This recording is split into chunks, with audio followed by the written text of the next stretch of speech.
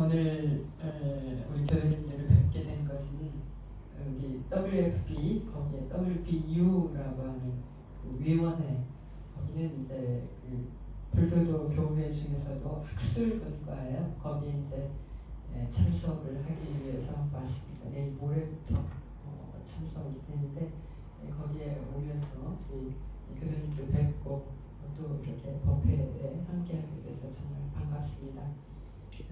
WFP 그 중에서 WBU에서는 이번에 참 제가 생각하기엔 참 의미 있는, 우리 원불교 입장에서는 참 의미 있는 그런 모임이라고 생각해요. 전에 WFB에 우리 원불교 대표들이 참석을 하고 그러면서도 조금 이제 여기에 오면은 아무런 이 어려움이 없어요. WFB에서는 그냥 불교의 어떤 불교 그 종단 참여로서의 그냥 그 역할을 하는데, 한국 내에서 특히나 이제 조계종이나 이런 데에서 원불교가 그냥 그 별로 이렇게 드러나지 않았을 때는 그런 얘기들이 없었어요. 그런데 원불교가 그래도 이제 원불교다 이렇게 되면서 조계종과의 약간의 이런 것들이 있었어요. 그래서 그 조계종 측에서 조계종을 내가 너무 많이 언급하는 것 같다. 그 원불교가 불교냐 하는 이제 그런 의문을 제기하기도 하고 그랬었어요.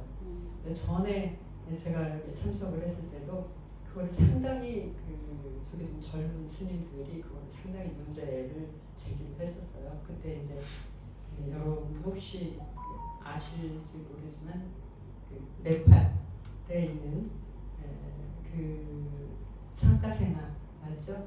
이분이 우리는 상가세나 스님이 그 저 네팔에 계시는 어떤 스님이시다 이런 정도로 알았는데, 이 불교 전체 불교에서는 상당한 큰 스님이신 거예요. 젊은 분이신데도. 그래가지고 그분이 나서서 우리를 변호를 해주셨어요. 우리가 보기에는 옛날에 아타우님도 계시고, 아타우님은 정말 우리 오불교 교단에서는 큰 어른이시잖아요. 그리고 이제 우리 교무들도 이렇게 오셨는데, 그 조계종의 이런 부분들에 대해서 우리가 변명하는 것보다는 그 상가세나 스님께서 이분들은 어떤 일을 하고 계시고, 그리고 그 스님에 대한 원불교의 후원은 어떤 것이고 어떤 역할을 하는 분들이다, 이런 것들을 그분이 얘기를 해주시니까 잠잠해졌어요. 이제 그런 기억을 가지고 있어요. 근데 이번 WBU에는 제가 의미를 두는 것은 그 세계의 모든 그 불교 종단들이 자기 종단의 특징을 얘기할 수 있는 이런 자리가 됐어요.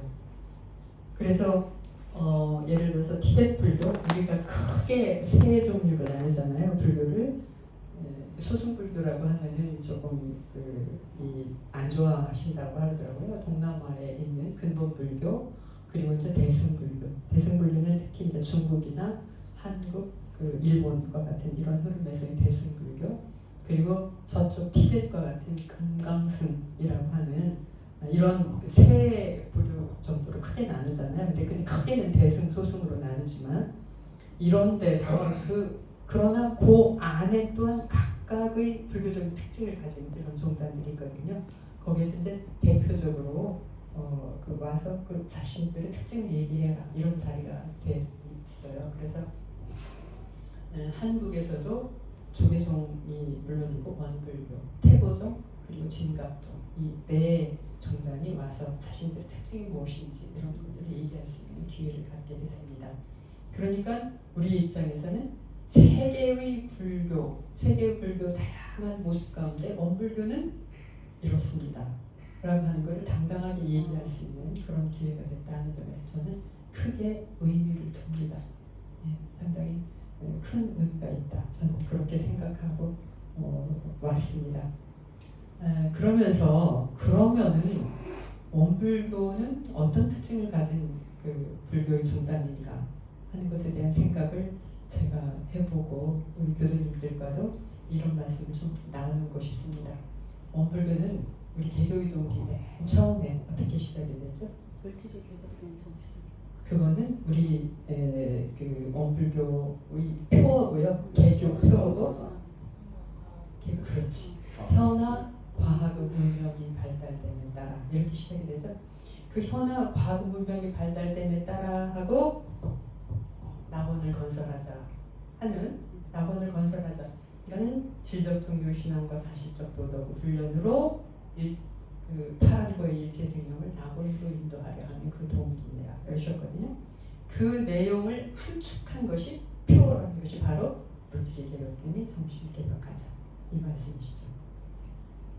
그래서 원불교는 말하자면 현아 과학 문명이 발달됨에 따라 과학이 발달함으로써 세상은 그야말로 이거는 천지가 개벽한 세상이 되었지 않습니까?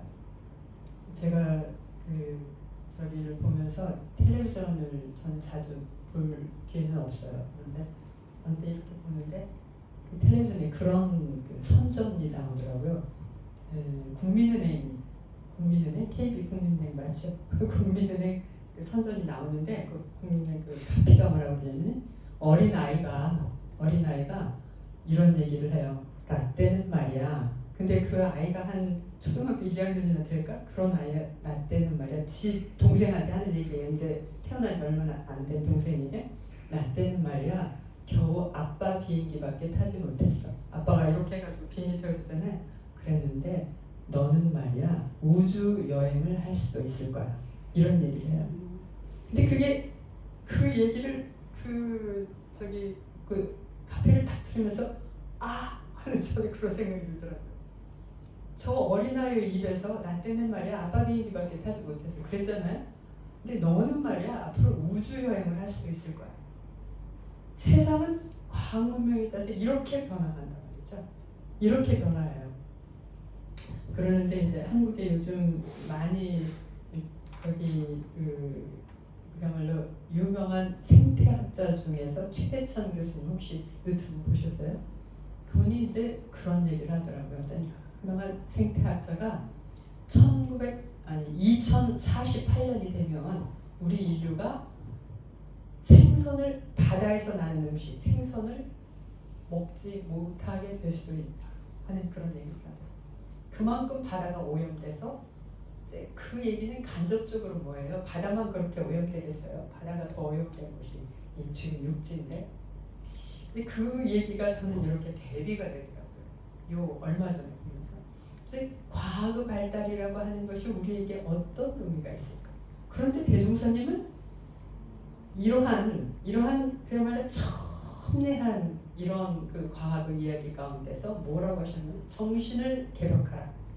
정신을 개벽해서 이 과학을 우리가 선용하게 되면 이 개벽된 물질을 선용하게 되면 파란 고역 일체 생명의 낙원을 건설할 수 있을 것이다. 이렇게 말씀을 하셨거든요. 그런데 원불교는 정신을 개벽하는 불교 중단이다 하는 거죠. 그럼 정신 개벽은 무엇이냐? 대종사님께서 말씀하신 정신 개벽은 무엇일까요? 이거는 아주 오늘 우리 교도님들께서 함께 부르신 이 노래의 내용에 다 담겨 있다고 저는 생각해요. 노래의 내용에 다 담겨 있어요.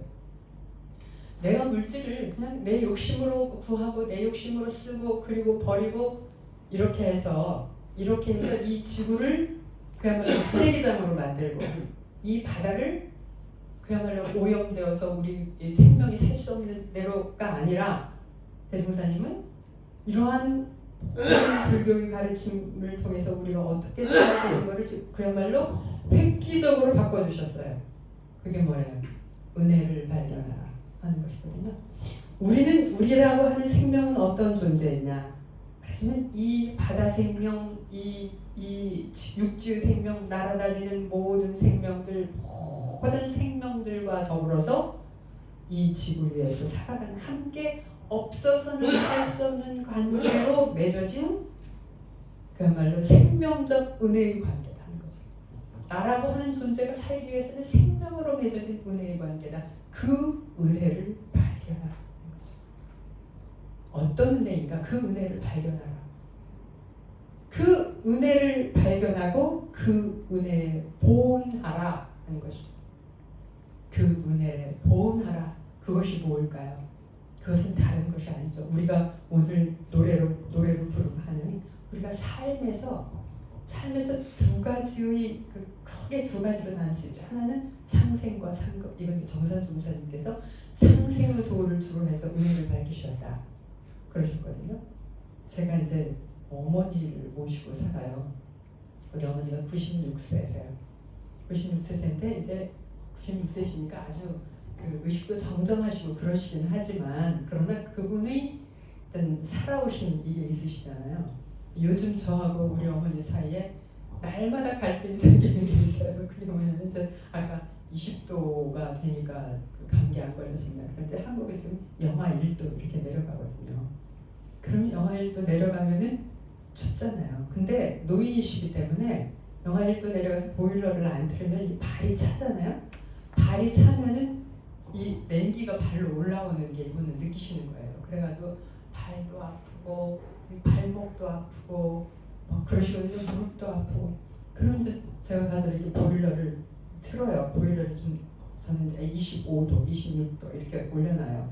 그러면 이게 여기 보일러에 아시죠? 25도라고 이렇게 지금 현재 온도가 뜨잖아요. 근데 그러면은 보일러가 자동적으로 꺼져요. 그리고 그 밑으로 내려가면 밑에 파란불이 들어오면 보일러가 돌아가는 거예요. 근데 이제 우리 어머니 방은 떼는 부엌이거든요. 근데 이 보일러하고 떼는 부엌이 같이 있어요. 그러니까 저녁마다 그 불을 떼기 때문에 우리 어머니 방은 따뜻해요. 훈훈하고 따뜻한데 거기에 이제 우리 어머니 방이 있고 거실이 있고 근데 제 방이 그 반대쪽에 있어요. 근데 제 방은 떼는 온기가 안 오잖아요. 그러니까 제 방은 추워요.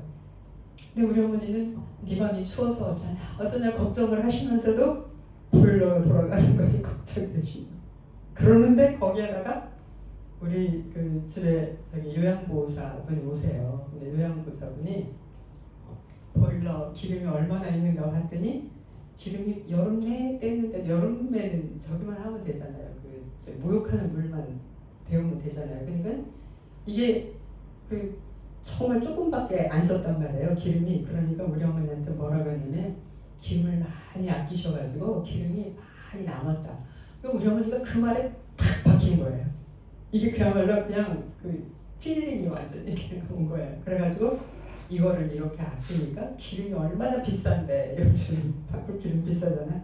이게 내가 이걸 아껴야 된다. 내가 아껴서 이랬다. 이게 탁 오신 거예요. 그래가지고 제가 이렇게 켜놓으면 다시 끄고 켜놓으면 다시 끄고 이게 우리 어머니하고 나고 날마다가 아니라 아침 저녁으로 하여튼 제가 보일러 불 때마다 내려가 있었으면 올리고 그러면 끄시고 우리 어머니는 아침 보일러 있는 그 옆에가 당신 낮에 앉아 계신데요. 끄시고 그래서 저는 밤에 살짝 올려놨다 그리고 그렇게 하고 있어요. 그러면서 제가 마음속에 전에는 그냥 우리 교당에 살고 그럴 때는 이제 제가 제 마음대로 하고 이거 아끼자 이러기도 했어도 근데 우리 어머니하고 사이에서 이런 게 생기면서 제가 마음속에 이게 바로 우리들은 마음 공부구나 실제로 하는 공부구나 하는 생각이 들어요. 어머니 방은 따뜻한데 내 방은 좀 춥단 말이에요. 근데 이 보일러가 안 돌아가면 내 방은 추워요. 그리고 밤이 되면 이 춥단 말이에요. 근데 낮이 되면 우리 어머니는 따뜻하게 계시다 나오셨기 때문에 춥지가 않으세요. 그러니까 이제 당신이 안 좋은 그런 걸 보면서 우리가 이렇게 은혜로운 세상에 살면서 내가 어떤 생각에 사로잡혔느냐에 따라서 이것은 전혀 다르게 보여요. 정말 우리 어머니 생각에 저는 제가 큰딸이고 제가 모시고 우리 어머니랑 둘이 살거든요. 그러니까 정말 귀하고 정말 고맙고 그런 사람인데 이제 돌아서서 여기에 딱 오면은 나는 생각 없이 요거 기름이 얼마나 달아지고 이게 얼마나 지금 비싼데 이걸 끄는 사람이에요. 그래서 아예 이제 제가 왔다 가면 그 옆에 앉아갖고 이거를 내리세요. 그래서 내가 이게 아니고 이건 현재 온도고 이렇게 하면 이게 안 올라가는 거고 이 온도를 유지를 해야 어떻든 해도 그 말씀이 이게 안 보세요. 이게 탁 박히니까. 그 이제 요양보호사 그분이 하는 얘기야. 우리도 이렇게 했구나. 우리도 이렇게 했구나. 우리가 살아가면서 내 생각과 어떤 것에 딱 사로잡히면 그대로 살지. 그 대종사님께서 은혜의 소종례를 발견해라 그러셨잖아요. 이 은혜가 어디서 왔는지, 그리고 그 은혜, 내가 정말 아끼고 사랑하는 내 딸이 이렇게 하는 이유가 뭔지, 이런 것들에 대한 생각을 좀 더 넓게 이렇게 하시면 그에 대한 생각이 바뀌실 거거든요. 근데 그게 안 바뀌시더라고요. 그래서 이제 이렇습니다. 파란불이 들어오면 돌아가는 거고 이렇습니다. 이렇게 설명을 드려도 그러냐? 그리고는 생각이 다시 돌아갔어요. 그래가지고 이제 여기가 25도, 26도 있는데 파란불이 들어가면 하고 다시 내려놔요. 그러니까 이 온도는 있는데 이건 안 돌아가는 거죠. 그러니까 내려가는 거죠. 우리들 삶에도 이렇게 했구나. 내가 가지고 있는 어떤 생각에 탁 사로잡혀 있으면 이렇게. 내가 은혜의 소종례. 그래서 내 이웃을 내가 정말 사랑하고 아끼는 내 가족, 내 이웃이 우리가 어떻게 은혜롭게 살아갈까 하는 것들을 생각해 보면 우리 생각들이, 그리고 그 생각을 거듭 해나가면 불을 그 옆에 계시는 분이 와서 떼주세요. 떼주시는데 제 옆에서 떼주시니까 정말 감사하죠. 그러니까 우리 어머니가 이제 그분 보면 고맙네. 이제 젊은 남자분이신데 고맙네. 그래요. 그러면서 이제 우리 어머니 계시는 집에 자주 왔다 오고 이제 놀다도 가고 그러시거든요. 그러니까 그 부인이 하는 얘기가, 아니 저 사람은 왜 그 집에만 그렇게 가서 살아요? 그래서 제가 하는 얘기가, 우리 집이 따뜻하니까. 근데 우리 집이 따뜻하니까라고 하는 말에는 불을 떼서 따뜻하다는 말이 있고 또 하나의 의미가 있어요. 우리 어머니가 따뜻하시니까. 오면은 어때? 자네가 불 떼줘서 내가 이렇게 따뜻하게 사네. 그러면서 이제 또 어때? 당신이 저기 하신 이제 먹을 거래도 있고 뭐 어쩌면 자네가 이렇게 불 떼줘서 내가 따뜻하게 사네. 자네가 왔다 갔다 해줘서 이렇게 좋네. 그러면서 이제 그것도 주시고 여기서 먹고 쉬시게 하면서 따뜻함이지. 내가 그래서 그냥 그분한테는 우리 집이 따뜻하니까 그렇게 얘기를 했지만, 따뜻하니까라고 하는 말에는 불 떼줘서 방이 따뜻하다는 말도 있고, 어머니가 따뜻하다. 어머니가 어떤 따뜻함 주시기 때문에 와서 편안하고, 그리고 달마다 그 추위에 불을 떼고 은혜의 소종례가 어디 있는지를 발견한다면, 그리고 우리는 이 과학의 시대가 오면서요, 세상에 신비가 사라졌죠. 우리는 저 달을 보면서 어떻게 했어요? 개수나무 밑에서 토끼가 방아를 찧고, 그러면서 우리들 상상력을 막 펼쳐나가서 저 산속에 가서 도끼를 빠뜨렸더니 허연 할아버지가 나오셔서 금도끼가 네 도끼냐, 은도끼가 네 도끼냐. 그런데 어떤 사람에게 어떻게 주셨다. 이런 것을 생각을 하는데, 실제 요즘은 어때요? 그런 모든 그 과학이 발달하고 그래서 저기는 개수나무가 있는 게 아니다. 알아버렸잖아요. 금도끼가 은도끼가 있는 신선이 안 살고 있다. 알아버렸잖아요. 다 알아버렸어요. 그럼 이 세상에 신비로움이 사라져버렸단 말이에요. 이렇게 우리들에게 베풀어진 이런 것들이 옛날에는 뭐라고 그랬어요? 우렁각시 얘기했죠? 밤자고 일어나더니 우렁각시가 와서 이렇게 해줬어요. 그러는데 이제 그게 아니라 내 아내가, 나를 사랑하는 누군가가 이렇게 밤새워서 했다고 하는 걸 다 알아요. 이제 모르는 사람은 없어요. 그래서 세상이 신비롭지가 않아요. 여기에서 우리는 이 은혜의 신비를 발견해야 된다는 거죠. 우리가 그 은혜를 발견했을 때 이 세상에 얼마나 이 세상 자체가 은혜의 덩치라는 거죠. 거기서 그 은혜의 신비를 찾아가는, 은혜로운 신비를 캐내서 그 은혜의 기적을 나타내는 건 뭐냐? 감사다. 은혜의 소종례를 알아서 감사하다. 고맙네. 불 떼줘서 고맙네. 저기 노인 혼자 이렇게 있는데 이렇게 왔다 갔다 해줘서 고맙네. 여기 와서 이렇게 해줘서 고맙네. 감사합니다. 감사합니다 하는 것이 그 사람을 여기 와서 편안하게 하는 기적을 낳는다 하는 거죠. 정산 전사님께서 우리 오늘 본문 받으셨죠? 주막에 그 주객이, 여러분들도 여기 술 좋아하시는 분 계시나요? 그 지나가면 참새 방앗간처럼 지나가면은 끌리는 것은 거기에 수로 인력이 있기 때문이다 하는 거죠. 수로 인력이 있기 때문이다. 사람들이 그 사람에게 모이는 것은, 덕인에게 사람들이 모이는 것은 그가 덕의 인력이 끌기 때문이다. 여러분들도 이렇게 편안하시고 그러시면은 가서 가고 싶고 만나고 싶고 그러잖아요. 우리는 마음 공부를 하면, 마음 공부를 해서 무형한 이 법계, 무형한 법계에 이 마음 공부 심력이 쌓인다는 거죠. 무형한 심력이 쌓여서 우리는 천지의 기운을 끌어쓸 수 있다. 천지의 기운을 끌어쓰는 것은 뭐예요? 이 은혜로움 속에서 은혜의 소종례를 발견해서 은혜의 신비가 우리들에게 드러나게 하는 기적을 나타내는 것. 그것이 바로 천지의 기운을 우리가 끌어다 쓰는 거죠. 천지의 기운이 어디가 있어가지고 영차에서 끌어다 쓰는 거 아니잖아요.